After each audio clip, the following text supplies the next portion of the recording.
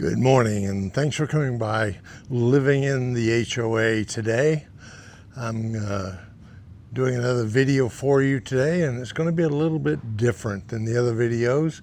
Normally my videos are more educational and focus and providing that kind of information about what it means to live in an HOA and how HOAs work, how their contracts work, and how the decision making works and all that.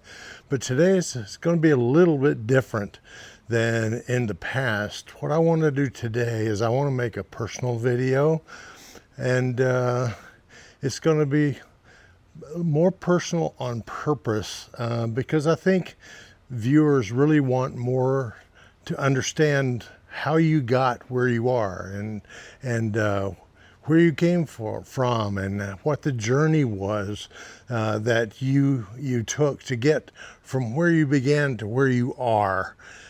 Because the events that happen in life are meant to shape your future.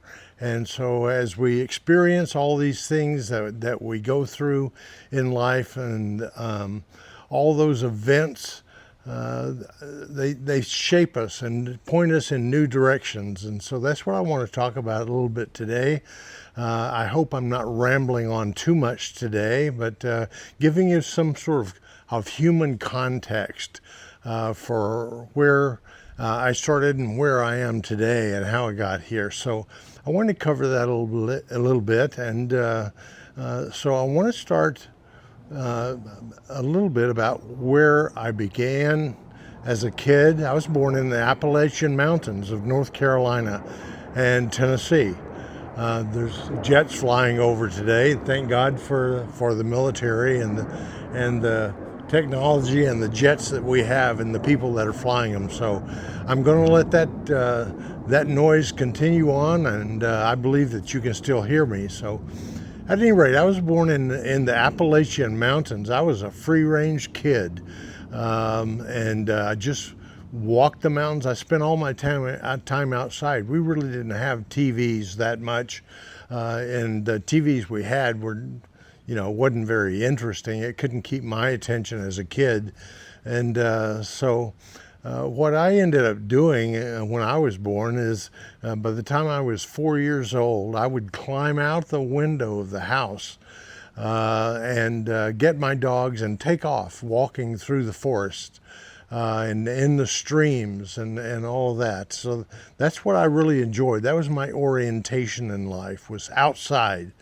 And so I would disappear in the early morning before the sun came up, and nobody knew where I went. My mother didn't know where I went, and there was almost no way for her to find out where I went, but she figured she knew pretty well because I was an outside kid, and went to the forest and with the trees, and I loved the trees. I loved walking beneath the trees and looking at the trees and walking in the streams and finding these springs that would just come up out of the ground. That was the highlights of my life. I enjoyed all of that tremendously, and so I would look at the oak trees and the pine trees and the mountain laurels and all of those trees that we had in the mountains, and they were just my life. That's what my orientation was. So I loved that, and but there was something that was really wrong in that part of the country. If you saw what happened a couple of years ago with the hurricane that came through and just sat over the mountains in North Carolina and dumped water everywhere, well, that was where I lived, and those were my people that lived there, and so that's what I knew. So I knew all of that, but there was a problem in a community, a small town, about 10 miles from where I lived.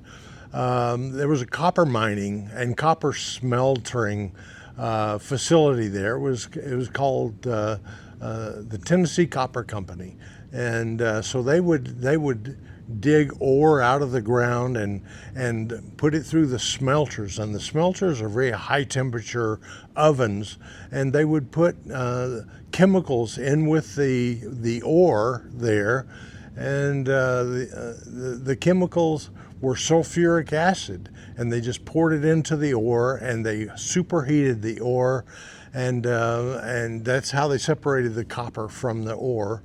That was the business that they did there, and it provided a whole lot of jobs for people in that whole region. And so I can't say anything bad about that, because it provided a way of living and a income for the people that lived there. My grandfather and my uncles lived in that area, and so they worked in the Tennessee Copper Company. But the problem with the Tennessee Copper Company and the smelters was that, if you know anything about smelters, the smoke and the steam that was generated from that went up through the smokestacks into the air. And that steam and that smoke mixed with the clouds in that area, and when it would rain, that rain that came down was a certain kind of chemical composition rain that was toxic. It was toxic for things. It was toxic for the trees. It was toxic for the shrubs. It was toxic for the fish and the streams.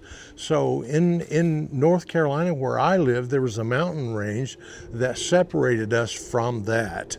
And so the wind didn't take the clouds to where I lived.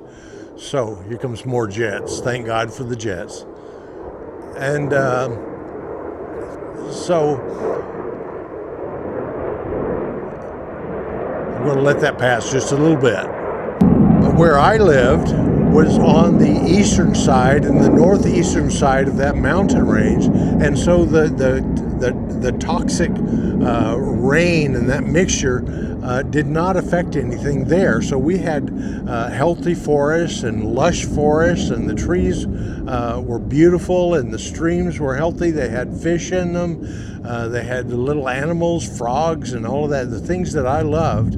And so that's what I saw all the time. But there was a mountain right there that had a name. It was called Old Baldy. And the reason it was called Old Baldy was because half of that mountain, the western side and the southern side of that mountain, was bare. Everything had died on the western and southern exposures of that mountain, because that is where that toxic mixture of rain and moisture would come up against the mountain and would drop into the soil and over the trees. And so it was called acid rain. I don't know if you've ever heard that term, but back in the 60s and 70s, that was a big thing, because there were very few controls on putting these toxic chemicals in the air where it would mix with the rain. So at that time, that would come up against Old Baldy, or that mountain that was called Old Baldy, and on the western and southern side it would drop that rain, and it killed everything. It killed the trees, it killed the streams, it killed the animals in that. And then farther on south, going more toward this little town called Copper Hill, where the smelter was, and the copper mines were. It was just devastated. There was nothing there. And I've got a photograph I'll put into this video so you can see. You can see behind me. I look pretty happy. My sister was with me. We looked pretty happy. But behind us there was devastation. The trees had all died, and all the shrubs died, and it was almost like a desert scape. Where the trees had been but no longer were. And so that was something that I experienced as a kid. I went and lived for a short period of time in that part of the tri-state area. It was where three states came together. It was Georgia and Tennessee and North Carolina. And so for a short time, I went and lived in that area. And I kept doing what I normally did as a kid. I would go out in the morning and go out of the house and get my dogs, and we would go walking through these areas that were previously forests and were previously healthy streams. And I looked for the trees and the shrubs, and in the streams I looked for the fish and the frogs and all of these animals that were there on the North Carolina side, but suddenly on the Tennessee side where this copper company was operating, it was all gone, and I couldn't figure out why that had happened. I was just a kid, and I was a kid. I didn't understand the chemistry of it, as I later did, and I learned that in college and in graduate school. I learned about the chemicals that were involved in turning the rain into acid rain that would fall down onto the land and onto the forest and would kill it all. So I just didn't understand what that was, and it was really devastating. It just removed all of the forest and all the animals.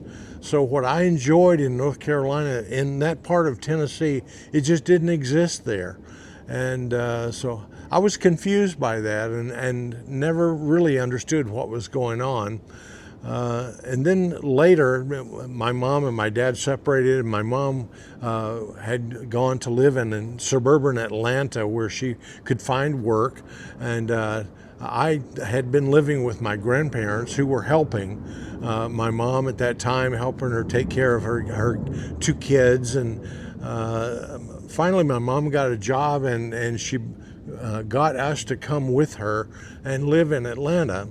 And that was a totally different environment of anything that I had experienced. It was an urban environment, and there were lots of houses, lots of people, there were cars, all the stuff that we normally associate with urban areas.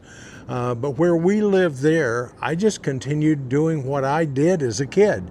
You know, I would leave the house early in the morning, and I would go out and walk down the streets and see where the water went. The water went over the streets and into these culverts, into these cutouts on the curbs of the streets. The water would go in there, and I could hear the water running. So I thought it was, you know, a healthy stream. There were streams down there, and I actually tried to fish in them one time. My mother caught me trying to fish in the storm drains. These were actually storm drains, and so I was trying to fish in there. Of course, there were no fish in there. It was just street runoff going through the channel system that was underground. And so eventually I went on and followed where that was going, and I found where the water came out and then was poured from the streets and the culverts into the stream. There was actually a stream there. And so I went walking in the stream. I was looking for fish. I was looking for the frogs and the birds and all of that. And it was gone. There was nothing in there. Of course, this was before the Clean Water Act that was passed in the 1970s. So there were very few controls on what was being dumped into the streams. So the thing that caught my eye about this particular stream that was near my house was that it had long streams of paper that had hooked onto the limbs of the trees that were by the stream, and that was toilet paper. It was long streams of toilet paper, and so that was actually from the bathrooms of people, because it was just dumped straight in. Not even treated sewage. It was just raw sewage that was dumped into these streams.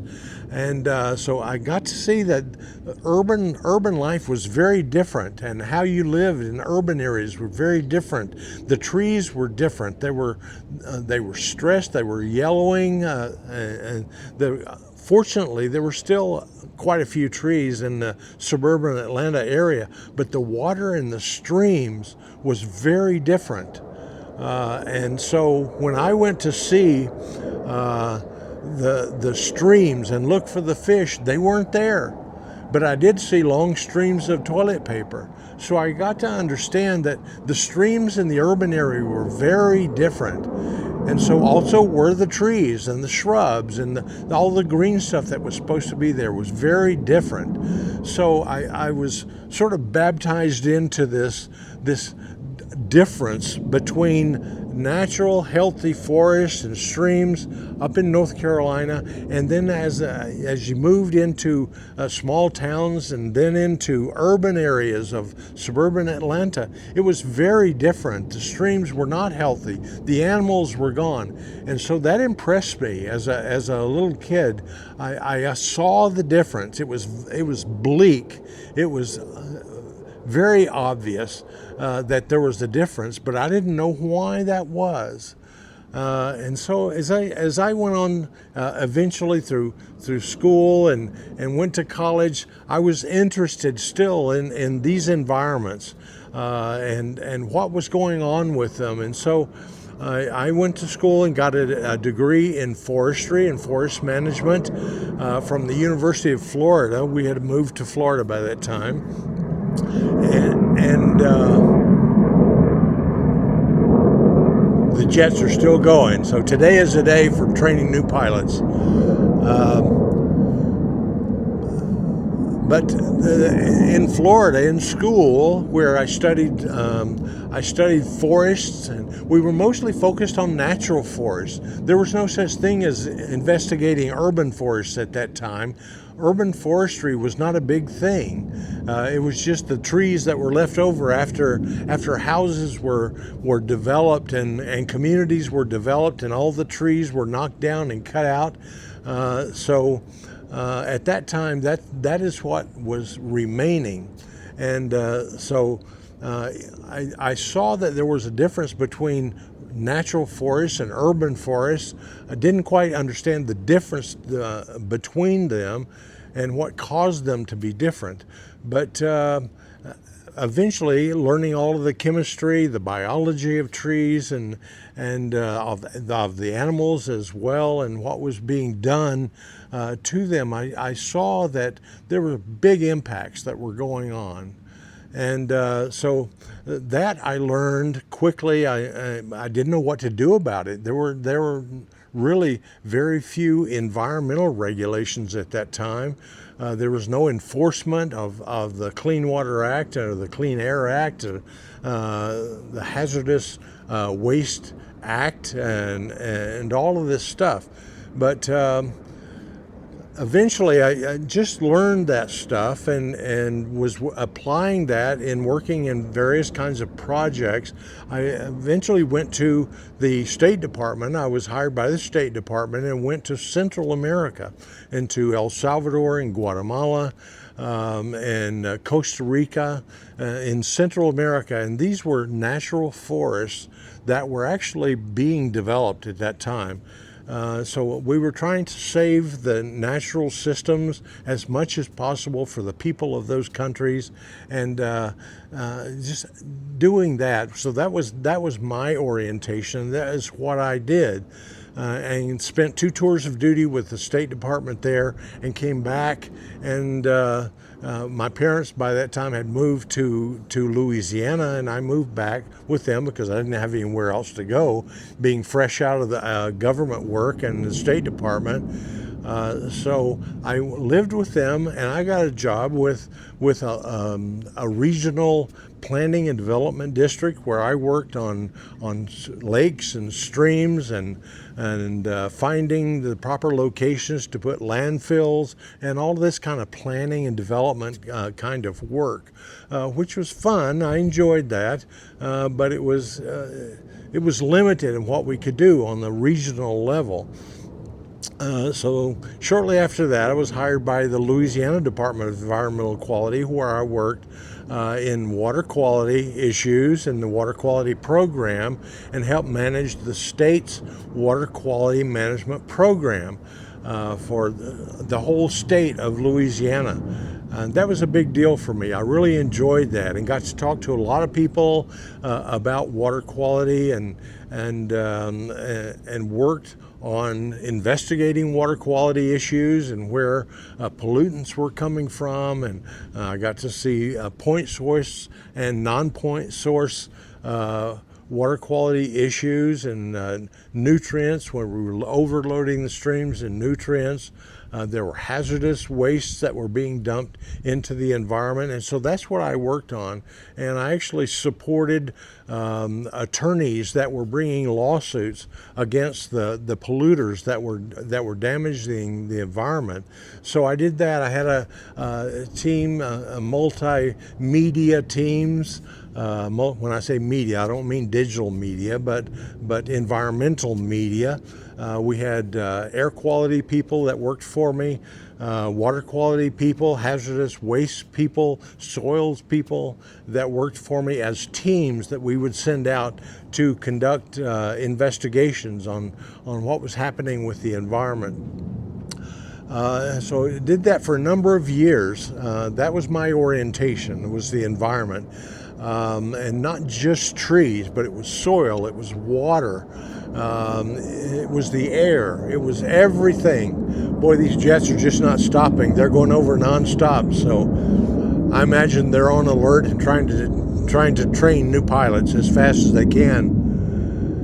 But at any rate, in Louisiana, after doing that for a number of years, for several years, I was hired by the Attorney General's office in the state of Arizona to run an environmental enforcement coordination program where I worked with attorneys and technical people on the ground, air people, water quality people, soils people, hazardous waste people, all of this. Basically what I was doing in Louisiana on a state scale, we were doing in 9 states throughout the West, 3 Canadian provinces, and 2 Mexican states. And so I was constantly working with those people and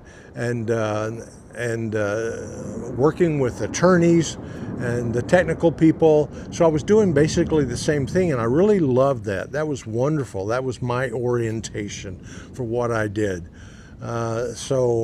There eventually I reached working for 20 years for government, and I retired from government service at that period of time, and was looking for other things to do. I'm really not one to sit around the house in retirement.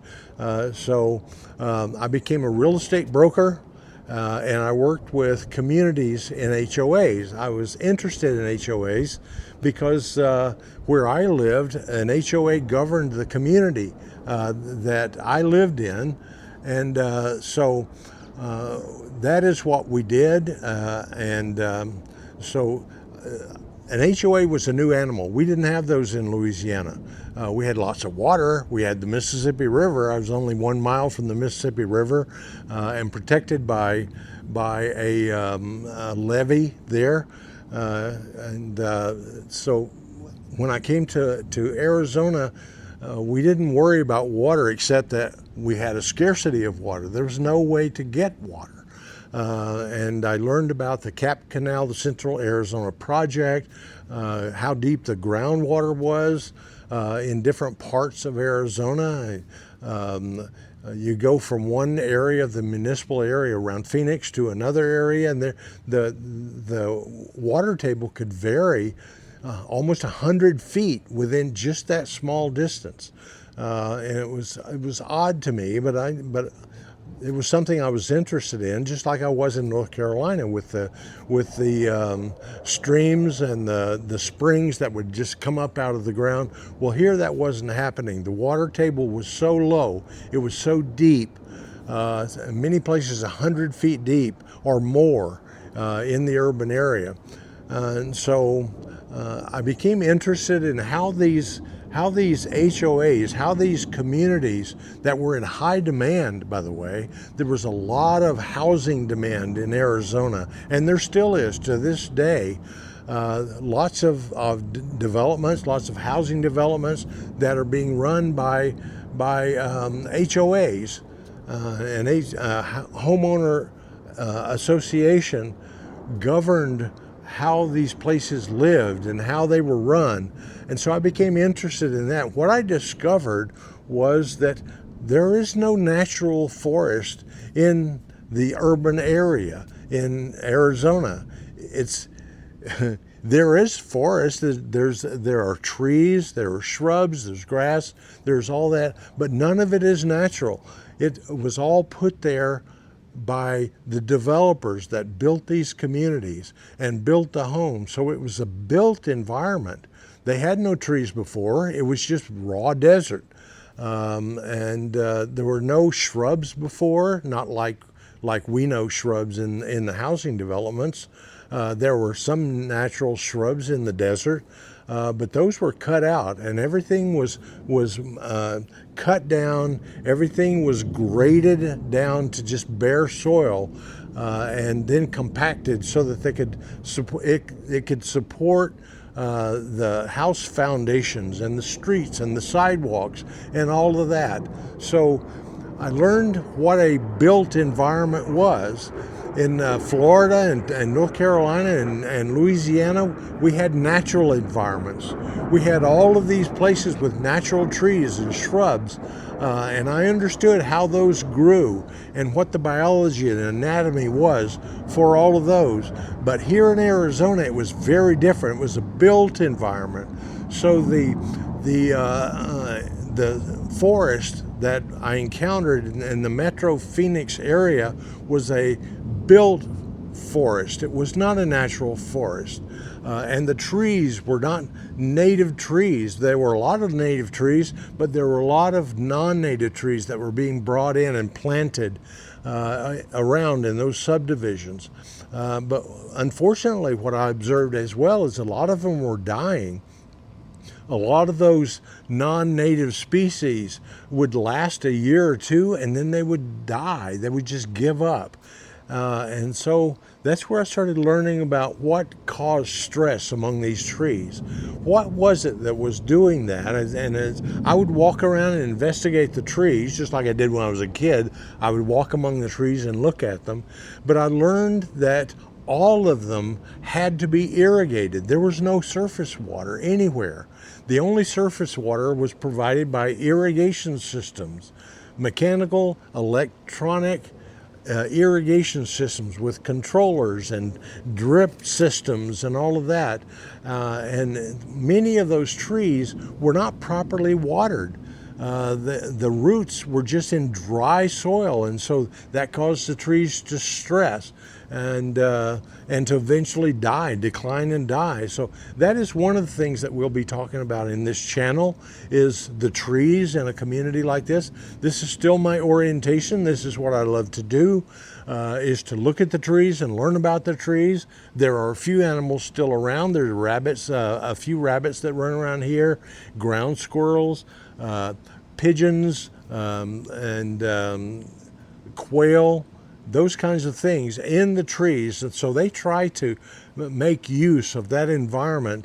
They try to get their habitat again, but unfortunately they're not finding the same habitats. They're finding modified habitats and built habitats. So we'll be talking about that as well, is what it takes to provide those habitats.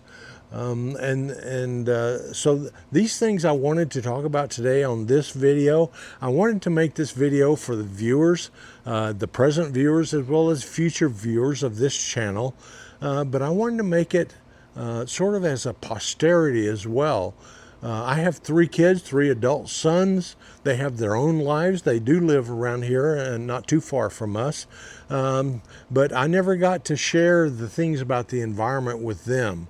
Things changed, and my job was a professional. It was a professional endeavor that I was involved in government agencies, and so that was not something that I talked to my children about a lot. So I think it's important for them to see this, to eventually watch this video, and for their children, for my grandchildren, eventually to see where their grandpa came from, the life that he led in those areas, and the journey that he went through to get where he is today. This is important. I think it's important for us to be able to share these things, this information about where we came from, and what we're doing today, and how we came on that journey. So I just wanted to share that a little with you today. I am very much still involved in the urban forest profession. I talk with people about their trees, about what it takes to have healthy trees, what happens when trees begin to decline, and the reasons for that. So evaluating trees, I'm a certified arborist as well as an environmental engineer, and a tree risk assessor also. I do that. And so these things together still, they just fold right into my interest.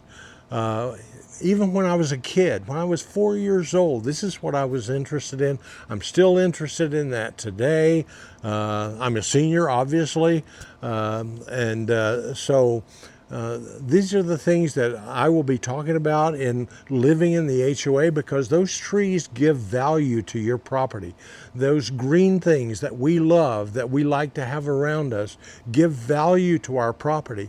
And nobody wants to live into a denuded environment. Nobody wants to live in a community that has no trees, that has no shrubs, that has no grass, even though grass is not that common here in the Sonoran Desert in Arizona. But the trees are. And so we need to know how to take care of them. Whether you have you're an owner of a single lot, or if you're in an HOA where the board of directors and the homeowner association is responsible for taking care of all of the trees in the common areas, the retention basins that are stormwater management systems. I'll be talking about those as well, because those are very important in Arizona, and why they're so important, and why we need to preserve them and make sure they work well. But I'll be talking about the trees in your yard as well, the trees in your backyard, the trees in your front yard.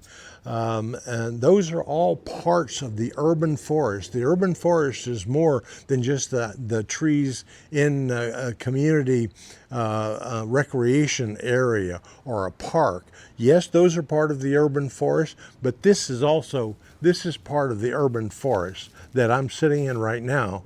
This is part of the urban forest. It's my little part of the urban forest that I am responsible for, and yours as well. If you live in a community like this, your front yard and your backyard, the trees that have been planted and the shrubs that are planted there are part of the urban forest, and you're responsible for that. You are a manager of a small part of the urban forest, and so we'll be talking about that as well. It's what is your responsibility as a land manager of your little piece of the land, your little postage stamp part of it that borders up against the next one to you to the east, and the next one to the west, and the ones that are all around you, and how those come together to form the urban forest. So we'll talk about that, and that's a very important responsibility you have, because these trees provide services to us, natural services, health services, financial services to us, all kinds of services